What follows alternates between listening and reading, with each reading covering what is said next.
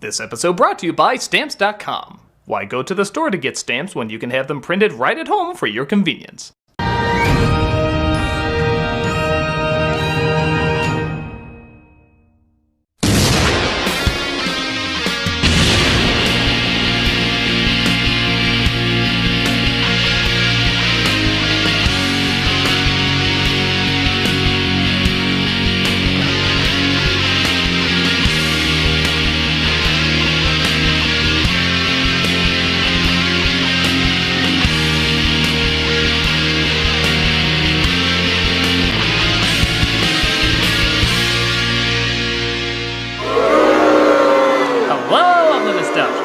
Remember, I like the movie! Hooray! Let's go watch something else now.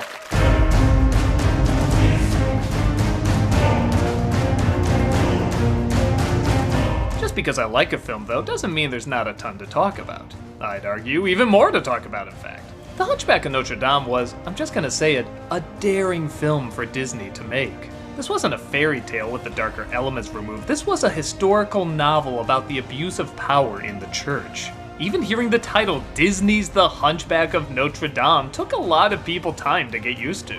It's like hearing Disney's The Haunting of Hill House. It's very bizarre. Despite the film unsurprisingly making changes, like focusing more on an ugly duckling angle rather than religious corruption, it wasn't quite the massive hit Disney was used to. I think there's a few reasons for this. One, it came off the heels of a profitable yet still underwhelming predecessor. Had it been released after Lion King, it probably would have done better. The other being, it's so dark and adult compared to other Disney themes that I don't know what era it would have been a big hit. In the past, the religious angle would have been too controversial and turn people away, and in the present, the fact that it's hand-drawn would turn people away. But maybe that's why I like it so much. It's not a film that easily finds a home. Yet I, and many like me, have created one for it. Over the years, a following has grown for the movie who praise all the elements mainstream audiences just couldn't get into. The darker tone, the gothic music, the unconventional themes Disney rarely touched upon. But with that said, it is still Disney. There's a lot of pandering that simply doesn't fit. But maybe there's an awkward charm to that too. So sit back and enjoy the, not perfect, but still one of my favorite Disney films of all time. This is The Hunchback of Notre Dame. The film opens with breathtaking music and imagery as we're introduced to the people of Notre Dame, specifically Clopin, the film's always present narrator for the first and last couple minutes. Hey, at least this one stayed till the end. Listen, they're beautiful, no? They do not ring all by themselves. They don't? No, you silly boy. When a masked man talking to kids with puppets on the street was. No, it was creepy back then too. He tells the story of gypsies trying to sneak under Notre Dame but were caught by Claude Frollo, played by Tony Jay, who's a judge this time around, not an archdeacon. Judge Claude Frollo. One of the gypsies runs, who you may be shocked to find out was actually Mary Kay Bergman, the actress who originally played Carmen's mom. Sanctuary, please give us sanctuary! So when she's killed and her son is taken from her, you might have a better idea why Frollo's so horrified. A baby? Okay, fine, whatever, go ahead! 4 minutes in, and already this G-rated movie is on baby drowning. I wish those Saturday morning ads included that footage. It's everything you expect in a Disney classic. Disney's The Hunchback of Notre Dame. The archdeacon stops him, though. This is an unholy demon. I'm sending it back to hell, where it belongs. I love this. Can you give some evil lessons to current Disney villains? They kinda suck now. The archdeacon says the eyes of Notre Dame will damn Frollo if he commits such a heinous crime. But all the other stuff he does is cool. Care for the child, and raise it as your own. What? Let him live with you in your church. Live here. I kind of love how they both guilt-trip the other into taking care of this kid. You must raise him as your own. What? Oh, very well, but he must live here. What? I don't want him. Don't you have a home? Yes, but it's allergic to ugly. Oh, well, it must really sneeze a lot when you come home. He's staying here. Years go by, and the baby grows into a kind young man named Quasimodo, voiced by Tom Hulce. Will today be the day? Are you ready to fly? Hey, remember when Burger King tried to turn that into a big line? Will today be the day? Are you ready to fly? And it looks like everybody's getting into the act. Henry, what's in their popcorn?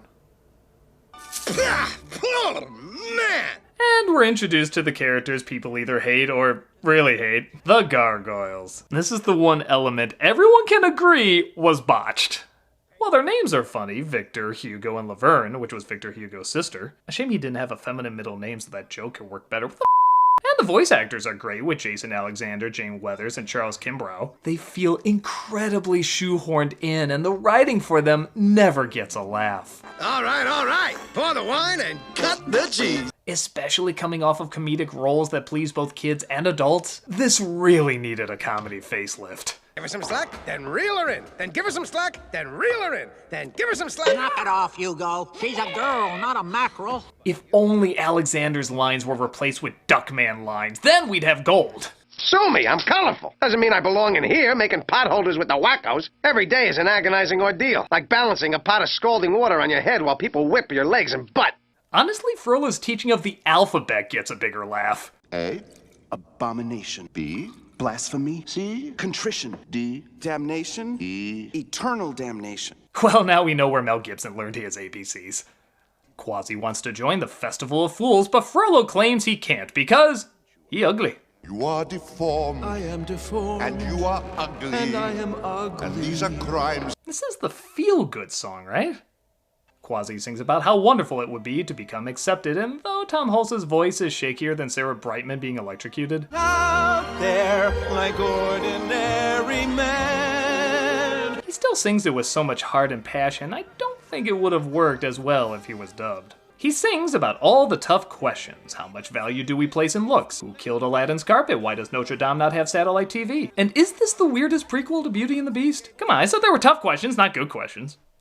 Captain Phoebus enters town, played by Kevin Kline, who sees a gypsy named Esmeralda, played by Demi Moore, accosted by a guard, played by Patrick the Starfish. Maybe a day in the stocks will cool you down. Yes, it was ironic he wasn't a gargoyle in this.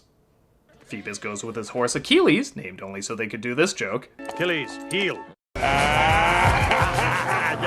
To the Palace of Justice, reporting for duty under Judge Furlow. I'm sure you'll whip my men into shape.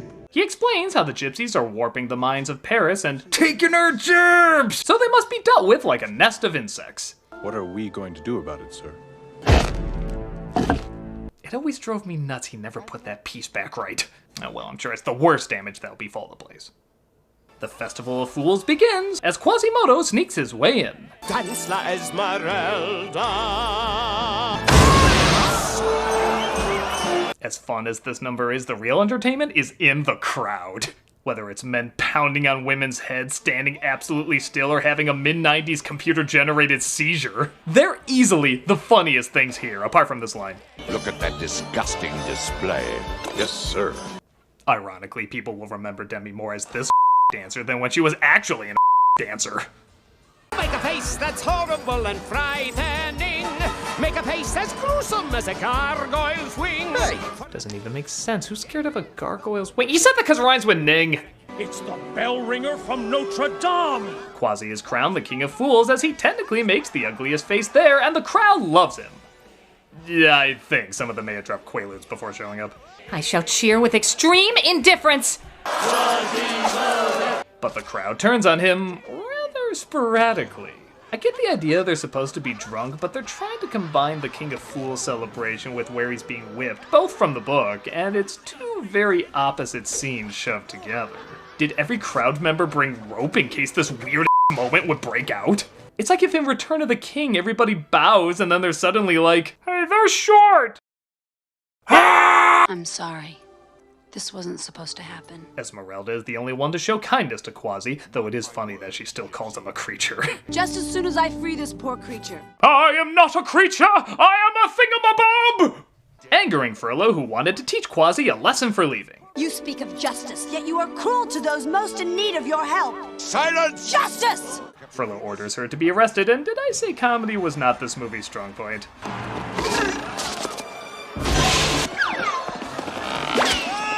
Yeah, I know. The crotch shots, the pinball thing. Don't forget the bowling sound effect. Yeah, can we move on to the depressing?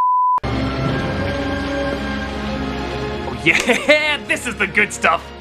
Yeah, make me feel awful. Go blue and gray as I watch someone suffer. Oh, the sadness, the overbearing sadness. Kids, I know you don't understand, but when you grow up to be a mean-spirited like me, this is where the real entertainment is! And those of you who grew up happy and full of life, we'll get you. Esmeralda enters Notre Dame and comes across Phoebus. You sneaky son of a... Watch it. You're in a church. And a Disney film, we can let all this slide by saying the B word is a Mickey no-no. So they have a Monkey Island-style battle of insults. One of them funny. You fight almost as well as a man. Funny. I was going to say the same thing about you. And one so bad, it might be my favorite joke in the entire movie. Oh, I didn't know you had a kid. Oh my god, I can't even look at you, joke. I can't even look at you. Furlough sees them and realizes she claimed sanctuary, but that doesn't stop him from seeking vengeance. Gypsies don't do well inside stone walls. I know what you're imagining. Cloud the mind with unholy thoughts. Okay, how is that face not become a meme yet? That's an expression that says, dude, I'm supposed to be 2 years older than Snow White? And she's 14? Disney? Set 1 foot outside, and you're mine. Furlough posts guards around every door while Esmeralda talks with the Archdeacon. Letting the crowd torture that poor boy? I thought if just one person could stand up to him, then... What do they have against people who are different anyway? I mean, when I met him, I said he had a great mask and then jumped back in fear when I saw it was his face. I'd expect people to treat me the same way. She sings a powerful song about God helping the outcast, once again utilizing the cathedral's beauty, and encounters Quasi once more. He's got a friend with him. Yeah, maybe today wasn't a total loss after all. A vision of loveliness. The one in the dress ain't bad either. Okay, so the filmmakers said they wanted to leave it open whether the gargoyles were actually alive or in Quasi's imagination. I guess I could buy that the guards aren't really being stopped by them in the climax, and that's just part of his wishful thinking. But here's my question.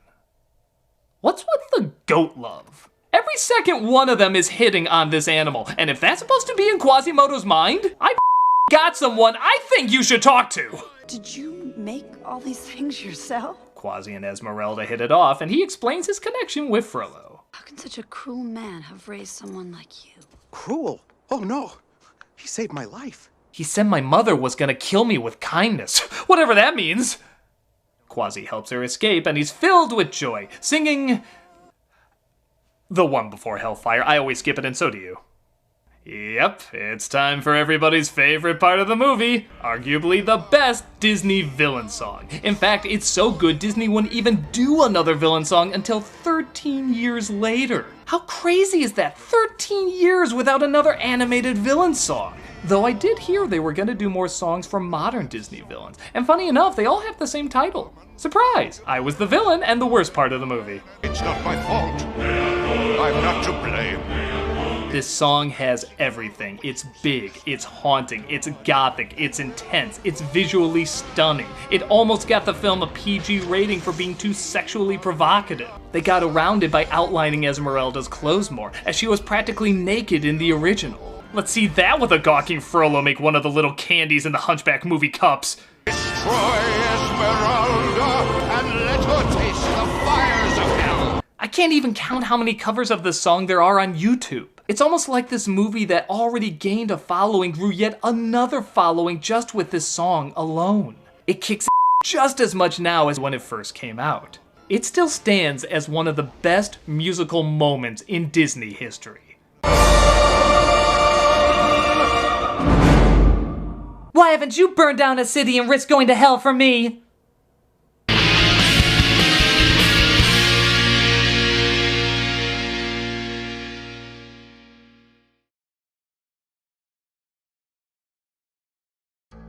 Hello, this is the universe. I know it may be odd that the universe has a voice like this. Chances are I won't have a voice by the time I'm done with the sponsorship, but I committed to a bit and I'm gonna follow it all the way through. Being the universe, it's good to know what's important. And as we slowly adjust to a new normal, we still need to be smart about how we do business. Luckily, there's Stamps.com to make things easier. The universe really thinks about Stamps.com. A lot. Thousands of small business owners have discovered the benefits of Stamps.com. Wow. They've been able to keep their businesses running and avoid the crowds at the post office. all from their own computers. With Stamps.com, you can print postage on demand and avoid going to the post office. Wow! It's the longer sentences that are tough. Anywho, you'll save money with discounted rates you can't even get at the post office. Stamps.com also offers UPS services with discounts up to 62% and no residential surcharges. Wow, man. Oh, this was a mistake. But you know it's not a mistake. Stamps.com. Stamps.com brings all the mailing and shipping services you need right now to your computer in the comfort of your home or office. Whether you're a small business sending invoices, an online seller shipping out products, or just working from home and you need to mail stuff, Stamps.com can handle it all with ease. Somehow this voice is hurting my jaw weird, but I'm the universe. I do whatever I want. Oh yeah, it feels so good. Where was I? Oh yeah, Stamps! Simply use your computer to print official U.S. postage 24/7 for any letter, any package, any class of mail, anywhere you want to send. Should have had a cup of water before I did this. Once your mail is ready, just leave it for your mail carrier. Schedule a pickup or drop it in a mailbox. It's that simple. Unlike this voice is not very simple to do. With Stamps.com, you get great discounts too. 5 cents off every stamp and up to 62% off UPS and UPS shipping rates. Stamps.com is a no-brainer, saving you time and money. And right now, my viewers, viewers of the universe, can get a special offer that includes a 4-week free trial plus free postage and a digital scale. Without any long-term commitment. Yikes. Almost there. Come on. Just go to Stamps.com, click on the microphone at the top of the homepage, and type in Nostalgia. That's Stamps.com. Click on the microphone at the top of the homepage and type in Nostalgia to get your special offer today. Do it. It's the universe telling you to do it. Not some guy who's killing his voice and won't be able to do his work tomorrow because he threw out his vocal cords. It's worth it for Stamps. Stamps. Bye. This was the universe. Oh my god. Like our videos? Subscribe to be notified about them. Want to actually be notified about them? Click on that bell as well. Also, don't forget to check us out on Twitch, playing some games, telling some jokes, and overall having a good time. Hope to see you there.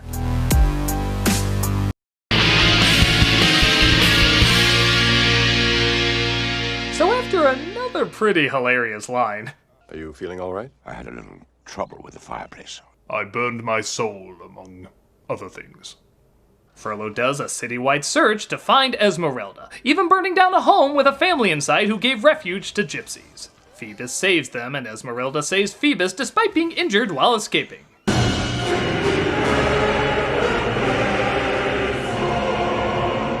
You know, that windmill with that family inside is the first place we've seen him burn down, and Phoebus isn't the captain of the guards anymore. Are we to assume there were people in all those buildings he burned afterwards? Didn't think of that one, did you, MPAA? No, that P's not going in front of that G, that's there to stay. Don't worry, Disney Plus will just put up another disclaimer. Too scary, kids? Look, there's the gargoyles. Too awesome, parents? Look, there's the gargoyles. But now don't you say anything to upset Quasimodo. What drives me nuts about this scene where they don't want to let Quasi know things have gotten worse is it almost could have worked if they handled the timing better. Like, okay, here's how the scene should play. Not a word. Easy does it. Stone-faced. Any sign of her? Oh, it's a lost cause! Not bad, might get a chuckle. Now here's how it actually plays out. Any sign of her?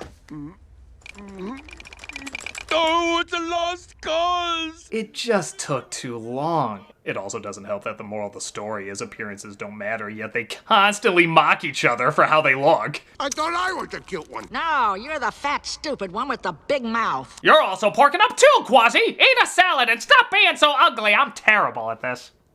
Did someone say they don't have a song? She wants you so any moment she'll walk through that door. Yep, the gargoyles get a musical number in this, and you're held hostage until it's over. Aside from this cute in-joke. This song could be cut and you would miss nothing. This was one of Jane Weather's last films to work on, and man, how do you think she must have found this experience saying terrible jokes but getting a great paycheck for it? It was hell on earth. I loved it.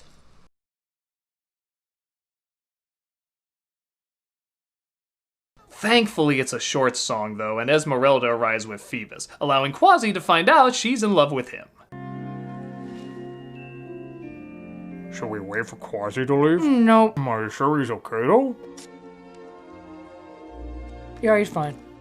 But Frollo arrives and Quasi has to hide a passed out Phoebus. Is there something troubling you, Quasimodo?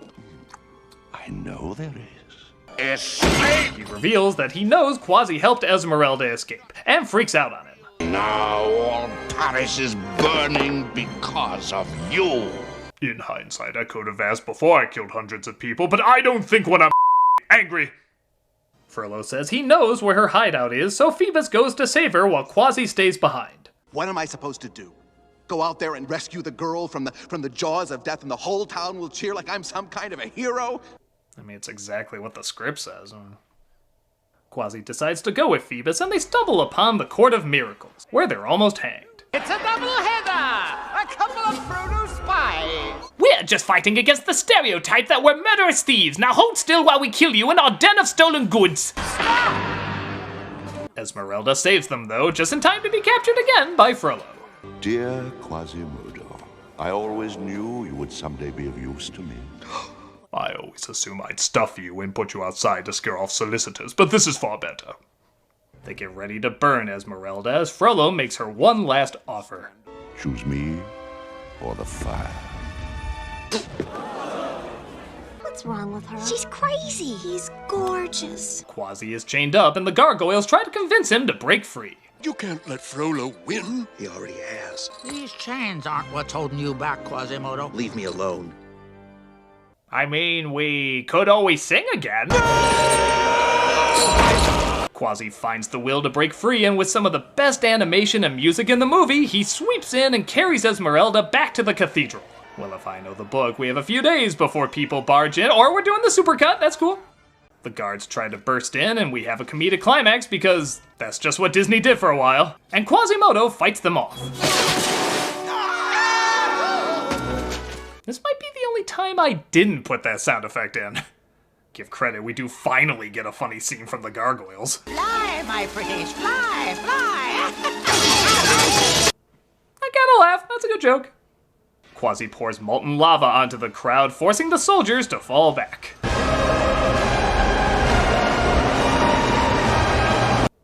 It's looked worse. Quasi tries to wake up Esmeralda, but it looks like she didn't survive the burning. Yeah, okay, it's pretty obvious. Even a Disney film as dark as this one isn't going to kill her off after all that.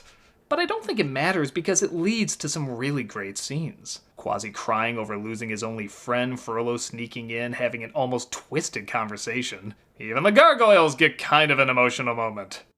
Oh no. Aw, maybe we should sing for him. A guy like you! Frollo tries to literally stab him in the back, but Quasi stops him and sees Esmeralda is awake. By the way, let's set the record straight. Everyone thinks this is Pumbaa, and it's actually not. The reason I know this is because Pumbaa is actually dead and being carried off in an earlier scene. Frollo and Quasi are found hanging from the cathedral. Quasi faints out of nowhere because it's dramatically convenient, and Frollo lights up like a jack-o'-lantern. No, seriously, his eyes and mouth light up. I have no idea why, and I don't care. It's awesome. Plunge them into the fiery pit. Joke's on you, Scientology was the true religion. Ah ha ha ha ha ha! Look out, Xenu, here we come! Quasi is saved by Phoebus, and as payment, he demotes himself to the friend zone. Quasi is brought out into the world and is immediately accepted by the people.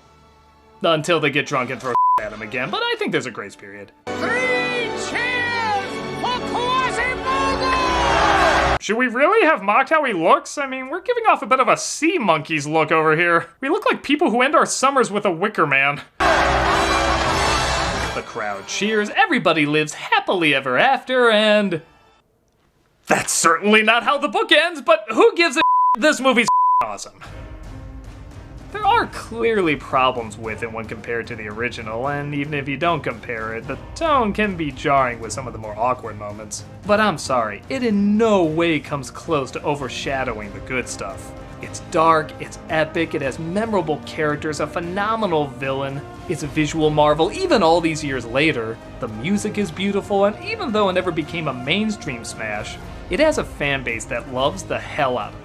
I will say, if you want a version that's even darker and more adult, you should probably check out Disney's stage musical. It's a perfect combo of both the book and the film, and it does go to even darker places that honestly I didn't think Disney had the to go to. But even with that out there, this remains one of Disney's riskiest films. And it's nice to know that not only did it pay off, but its fan base is growing day by day. Check it out if you haven't, and even if you have, watch it again. There's always something to appreciate with every view. And it'll be interesting to see what they do with a live-action remake. I mean, it's gotta be better than... This isn't a segue for... Oh no! I had a little trouble with the fireplace.